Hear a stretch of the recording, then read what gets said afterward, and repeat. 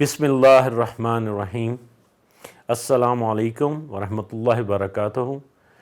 मैं WTV की तरफ से आपका मेज़बान ज़फ़र इकबाल शिकागो से हाज़िर हूँ। जैसा कि आप जानते हैं कि हमारे टीवी में मुख्तलिफ़ मालूमात के साथ साथ दीनी और इस्लामी बातों पर भी ज़िक्र किया जाता है। तो उसी सिलसिले में तमाम मुसलमान भाइयों को, बहनों को, बच्चों को माह रमज़ान की मुबारकबाद।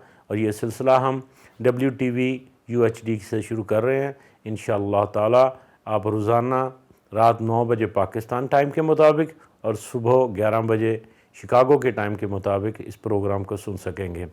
आज हमारा मौजू माह रमज़ान की निस्बत से रोज़ा क्या है, रोज़ा की फ़जीलत क्या है और अल्लाह तबारक तआला की वो आयात करीमा, नबी करीम सल्लल्लाहु अलैहि वसल्लम की अहादीस की रूह में रोज़े का मकसद क्या है, ये बयान किया जाएगा।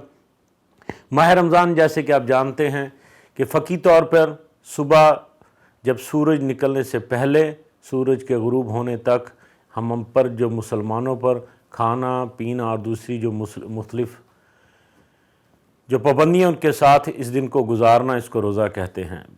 दरअसल रोज़ा की जो हकीकत है वो कहाँ से शुरू हुई थी।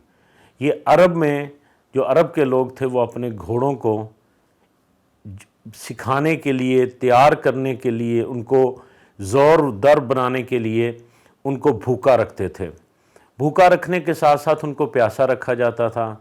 प्यासा रखने के साथ साथ उनको धूप में थपथपियाँ दिया जाती थी ताकि जब उनको निकलना होता था किसी भी अपनी मशक के लिए तो वहाँ पर घोड़े उनका साथ दें। तो उसके लिए उनको जो तैयार किया जाता था उसको वो सौम का लफ्ज़ देते थे, रोज़ा कहते थे। लेकिन जब इससे पहले इस्लाम में रोज़े की फ़र्ज़ियत से पहले यहूद मदीना शरीफ में रोज़ा रखते थे, यौम अशूरा का, और दूसरे रोज़े वो रखते थे। अब रोज़ा है क्या? एक तो वो चीज़ है जिसको हम मुसलमान आम तौर पे जानते हैं कि सुबह उठें, सहरी की, सारा दिन भूख प्यास से रहें, इन चीज़ों से रहे, तो इसका मतलब ये है कि ये रोज़ा पूरा हो गया। ज़ाहरी तौर पे ये एक रोज़ा है, लेकिन जो बुज़ुर्ग फरमाते हैं, सूफ़िया इकराम कशफ़ुल माजूम में हज़रत दाता अली हजवेरी फरमाते हैं कि रोज़ा असल में होता क्या है। रोज़े में क्या होता है कि जब आप भूख और प्यास में रहते हैं तो उस भूख और प्यास की वजह से आप ना तो कुछ पीते हैं ना कुछ खाते हैं, कोई आपको नहीं देख रहा होता, लेकिन आपके दिल में एक ख़्याल होता है कि मेरा अल्लाह मुझे देख रहा है। अगर मैं अपना रोज़ा तोड़ूँगा, अगर मैं कुछ खाऊँगा तो मेरा मालिक उसको देख रहा है। इसलिए आप उस वक़्त उन चीज़ों से परहेज़ करते हैं। परहेज़ करने का मकसद ये है कि आप लोग अल्लाह तबारक ताला को मौजूद जानते हुए अल्लाह तबारक ताला का ये तसव्वुर ज़हन में बिठाते हैं कि अल्लाह तबारक ताला मुझे देख रहा है, और इसलिए आप रोज़े में इन चीज़ों से परहेज़ करते हैं। इसका तजर्बा उन लोगों को बड़ी अच्छी तरह है जो मुल्क से बाहर जाते हैं।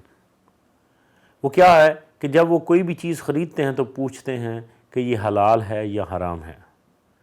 मेरे साथ अपना ज़ाती तौर पे एक तजर्बा हुआ कि मैं एक जगह गया तो वहाँ पर वो लोग पिग खा रहे थे जैसे कि वो सूअर खाते हैं। तो अमेरिका तो मुझे उन्होंने कहा कि आप खाएंगे? मैंने कहा नहीं। उन्होंने पूछा क्यों? मैंने कहा मैं मुसलमान हूँ। तो फिर उन्होंने पूछा क्या मुसलमान झूठ भी बोलता है? तो मैंने कहा नहीं, मुसलमानों पे तो झूठ भी हराम है। मैं क्या मुसलमान गुस्सा भी करता है? मैंने कहा मुसलमान पे गुस्सा भी हराम है। फिर उन्होंने पूछा क्या मुसलमान कत्ल भी करता है? मैंने कहा मुसलमान पे वो भी हराम है। तो उन्होंने कहा फिर क्यों सिर्फ़ एक चीज़ आप पर हराम है, बाकी चीज़ें तो आप सब मुसलमान करते हैं, रिश्वत भी आप लेते हैं? मैंने कहा ये हम में कमी है, लेकिन इसका ये कतई मकसद नहीं कि हमें वो काम करने की इजाज़त है। इसी तरह रोज़े में अगर आप सोचें कि क्या अल्लाह ताला सिर्फ़ ये चाहता है हमसे कि हमने खाना नहीं है, पीना नहीं है, बाकी तमाम मामलात करने हैं? उस रोज़े से क्या फ़ायदा जब आप रोज़ा रख कर उसी रोज़े के दौरान आप रिश्वत भी ले रहे हैं, आप गरीबों का हक़ भी मार रहे हैं। अब चूँकि हमारे मुल्क में कोरोना की वबा बहुत बुरी तरह फैली हुई है और रोज़ ख़बरें सुनने में आती हैं, अखबारात में आती हैं कि किस तरह उन गुरबा का हक़ वो बाँटने वाले खा रहे हैं। ज़रा सोचिए, क्या उस वक़्त अल्लाह नहीं देख रहा आपको? क्या सिर्फ़ अल्लाह उस वक़्त आपको देखता है जब आप कुछ खाते या पीते हैं? तो रोज़े का असल जो मकसद है, अल्लाह ताला ने ख़ुद फरमाया लअल्लकुम तत्तकून, कि तुम लोग मुत्तकी हो जाओ, डरने वाले हो जाओ। या अल्लाह डरने वाले कौन से लोग हैं? پھر اللہ تعالیٰ نے قرآن پاک میں پھر تفصیل سے فرمایا اپنی کتاب کے بارے میں، ہدی للمتقین۔ متقین کون سے لوگ ہوتے ہیں؟ فرمایا الذین یؤمنون بالغیب، جو غیب بن دیکھے اپنے رب سے ڈرتے ہیں، وہی لوگ متقین ہوتے ہیں۔ اور اللہ تبارک تعالیٰ نے روزے کے بارے میں فرمایا کہ جب روزے تم پر فرض کر دیے گئے جیسے کہ تم سے پہلے لوگوں پر، تو یاد رکھیے اس کا مقصد کیا ہے کہ تم ڈرنے والے بن جاؤ۔ ناظرین اور حاضرین، بات یہ ہے کہ جب آپ روزہ رکھیں، صرف یہ نہیں کہ پانی پیتے کو اللہ دیکھتا ہے، یہ بھی دل میں سوچئے جب آپ کسی کے بارے میں برا سوچتے ہیں تو اللہ اس کو بھی جانتا ہے۔ جب آپ کسی سے رشوت لینے لگے تو سوچئے ایک لمحے کے لیے کہ کیا اللہ نہیں دیکھ رہا؟ جب آپ کسی پہ ظلم کرنے کا ارادہ کرتے ہیں تو سوچئے، جب آپ اس ملک سے غداری کرنا چاہتے ہیں تو سوچئے اللہ نہیں دیکھ رہا؟ اب یہ وہ موقع ہے جب پاکستان پہ پورا وقت ہے۔ وہ حضرات جن کو شاید یہ نہ پتہ ہو غداری کیا ہوتی ہے، ان کے لیے بھی عرض کرتا جاؤں کہ غداری یہ ہوتی ہے کہ جب انسان اپنے چھوٹے سے فائدے کے لیے اپنے ملک کو نقصان دیتا ہے۔ جب آپ لوگ باہر سے سودا کرتے ہیں اور باہر سے چیزیں اس ملک کے لیے خریدتے ہیں، اس میں اپنے چھوٹے سے منافع کے لیے ملک پر بوجھ ڈال دیتے ہیں۔ جب آپ چھوٹی چھوٹی خواہشات کے لیے اپنے 1 2 4 ارب کے لیے پوری قوم کو سینکڑوں اربوں کا آپ محتاج کرتے ہیں، تو جب ذاتی فائدہ ملکی فائدہ سے بڑھ جائے تو یہ غداری کہلواتا ہے۔ یہ کیسے ہیں؟ یہ ایک بندے پر نہیں جو کروڑوں روپے کا مال خرید رہا ہے، وہ کانسٹیبل جو صرف اپنے 50-100 روپے کے لیے گورنمنٹ کو 200 روپے کا نقصان کرتا ہے، وہ اپنی سطح کا غدار ہے۔ جو ڈاکٹر صرف اپنے لیے اور اپنی چیزوں کے لیے اپنے مریضوں کا علاج نہیں کرتا، وہ غدار ہے۔ وہ استاد جو اسکول میں صرف اس لیے نہیں پڑھاتا کہ میں ٹیوشن کی کلاسوں میں لوں گا، وہ بھی غداری کر رہا ہے اس ملک سے۔ تو یقین کیجئے غداری نہ اللہ معاف کرتا ہے، نہ اللہ والے معاف کرتے ہیں۔ غداری کا آپ کو جواب ضرور دینا پڑے گا۔ اس لیے یہ موقع آیا ہے کہ ہم اللہ تبارک تعالیٰ سے معافی مانگیں، اللہ تبارک تعالیٰ سے توبہ کریں۔ اب معافی اور توبہ میں تھوڑا سا فرق ہے۔ معافی کا لفظ میں نے اس لیے استعمال کیا کہ معافی کا تعلق آپ کے ماضی کے ساتھ ہے۔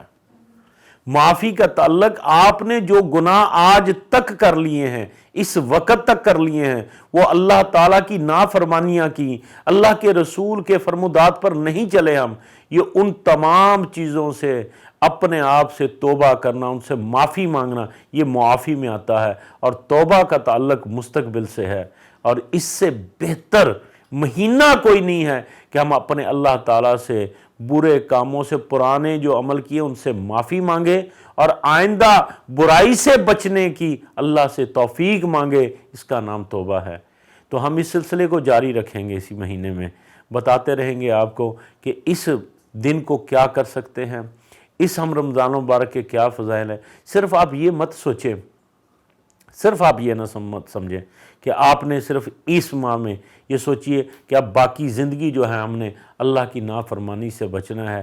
اور یقین رکھیے اللہ بہت بڑا ہے اور ہمارے مسائل بہت چھوٹے ہیں۔